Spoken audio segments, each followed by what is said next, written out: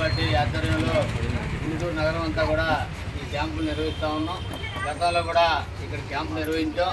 ఇప్పుడు ఎలక్షన్ కూడా ఉండబట్టి అఖిల భారత యువజన సమాఖ్య మరి ఆధ్వర్యంలో ఈ క్యాంపు నిర్వహిస్తూ ఉన్నాం.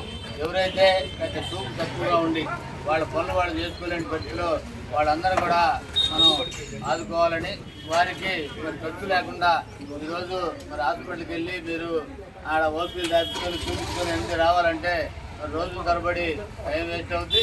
డబ్బులు కూడా మరి 15-20 వేలు ఖర్చు కూడా ఉంది.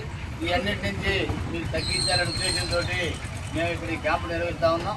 మరి ఈ క్యాంపుకి మరి అధ్యక్షత వహిస్తున్నటువంటి చైతన్య గారు, మరి అట్లాగే జిల్లా పార్టీ కార్యదర్శి అజయ్ కుమార్ గారు, స్థానిక నాయకులు మరి రామారావు గారు, అట్లాగే మరి పార్టీ డివిజన్ కార్యదర్శి కట్టా శ్రీనివాస్ గారు, యువజన సమాఖ్య కార్యదర్శి అరుణ్ గారు, అట్లాగే 4వ డివిజన్ కార్యదర్శి రావాలి వెంకటేశ్వర గారు, మరి సిబ్బంది ఏదైతే ఆ క్యాంపుకు సంబంధించి ఇప్పుడు దాకా మీకు అన్ని కూడా వివరాలు చెప్పి ఇట్లాగే క్యాంపులు నిర్వహిస్తున్న మరి రవి గారి అందరూ కూడా మరి వచ్చిన సిబ్బంది కూడా సిపిఐ నగర సంఘం తరఫున ధన్యవాదాలు తెలియజేస్తూ ఈ నగరంలో ఇప్పటికి సుమారు మరి 5,000 వరకు కూడా ఈ 5-6 సంవత్సరాలు ఆపరేషన్ చేయడం జరిగింది.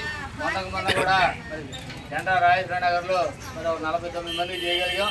అట్లాగే దాని తర్వాత మరి యువజన సమాఖ్య ఆధ్వర్యంలో 41వ డివిజన్ స్వర్ణభారతి నగర్లో కూడా ఆపరేషన్ చేయించాం.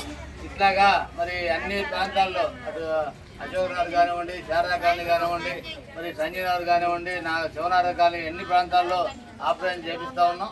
అట్లాగే క్యాన్సర్ సంబంధించి కూడా క్యాన్సర్ నుంచి కాపాడే దాంట్లో భాగంగా క్యాన్సర్కి సంబంధించి కూడా మరి అశోక్ నగర్లో అక్కడ క్యాంపు నిర్వహించాం.